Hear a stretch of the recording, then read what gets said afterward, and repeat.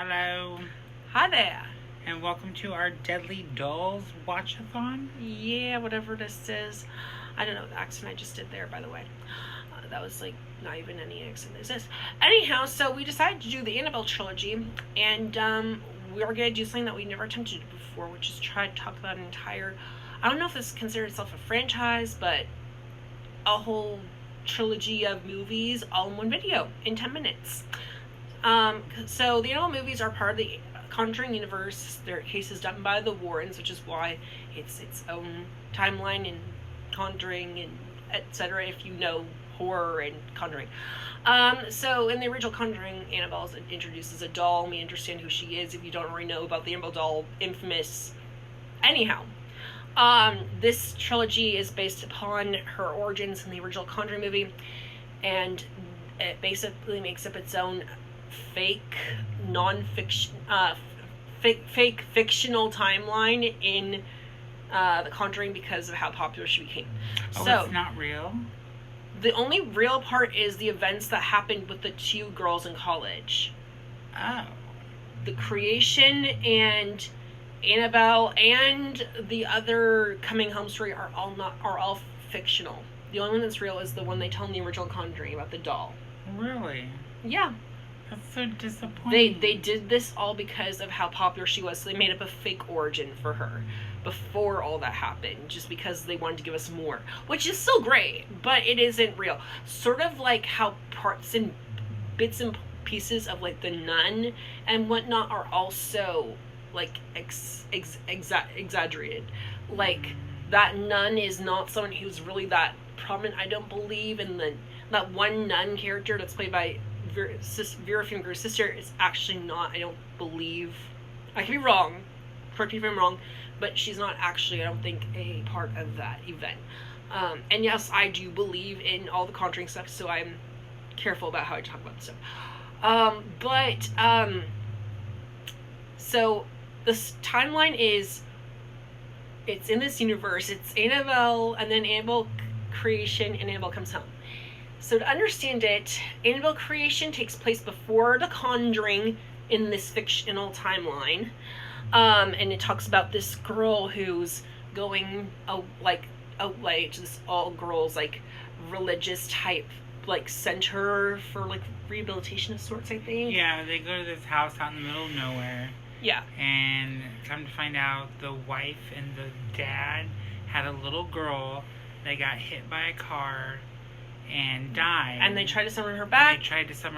But they got a demon instead. Yes, they got the doll. They thought it was Annabelle, so they welcomed her in. They talk about how she had to write on parchment paper or whatever, so they thought it was their daughter. It was not their daughter, and pretended, and it disguises, and that's how in this fictional timeline it disguises itself as Annabelle because it's actually the daughter's name, which is not an actual real part of the story. But again, and like I said, this timeline is extended. Yeah. And then one of the little girls gets possessed by Annabelle. Yeah. At the end of the movie and ends up in a children's home for girls and renames herself Annabelle. Yes. And flash forward to the next film. I have to say, I'm going to do real quickly, I will say this is the best film in the Annabelle timeline by far. Yes. I do like Comes Home quite a bit too, but that is the best film.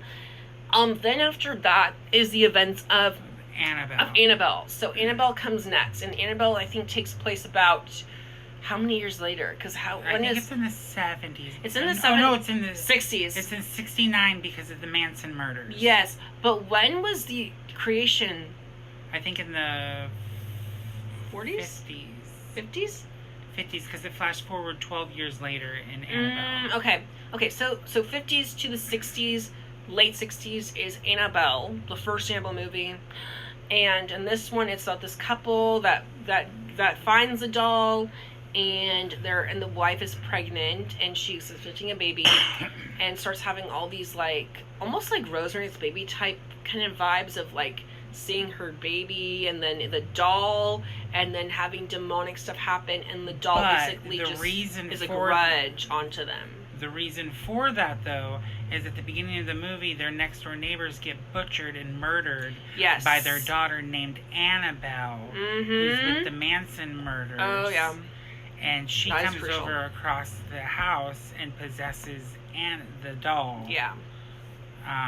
So that starts all this stuff with And the lady. and then there's a woman who's kind of psychic and sensitive and kind of tells this main character woman about the character the main character's movie about, you know, like how demons are existent and how this is an innocent doll spirit and how she actually believes it's evil.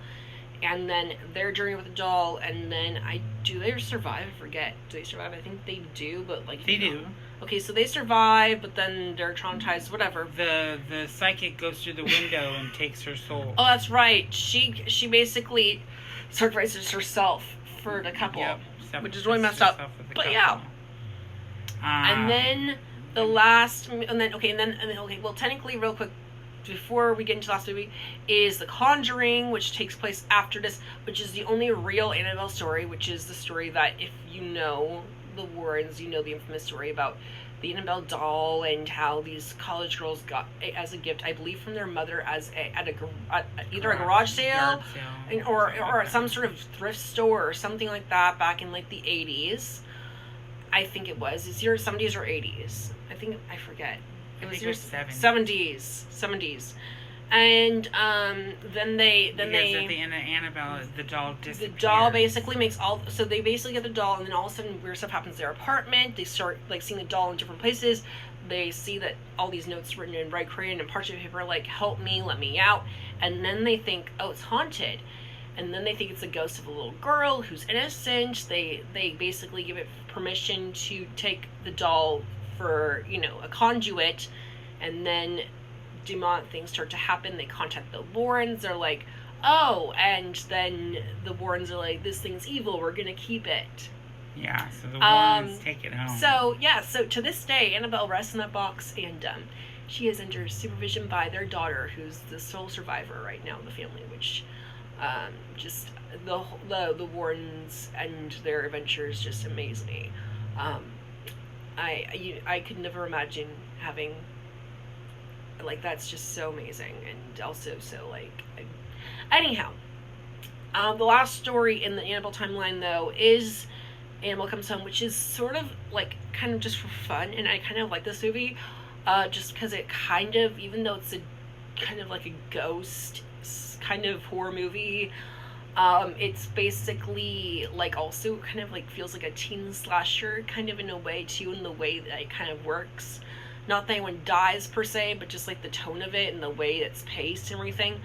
And it's basically their Warren's daughter now, because now the doll, this is after that. So this is, like, in the late 70s, I believe. This is either late 70s or early 80s. Late 70s, like, a few years after the doll is enclosed. And their daughter now is having her birthday, and we learned that she's also psychic, the Warren's daughter, and sees ghosts. And then she's getting babysat, and then this girl who's babysitting her friend is, like, she lost her dad. She's really upset, and she wants to contact spirits. And then gets too curious and too nosy when they go out for, like, a roller skating trip. They say, oh, stay here and watch the cake.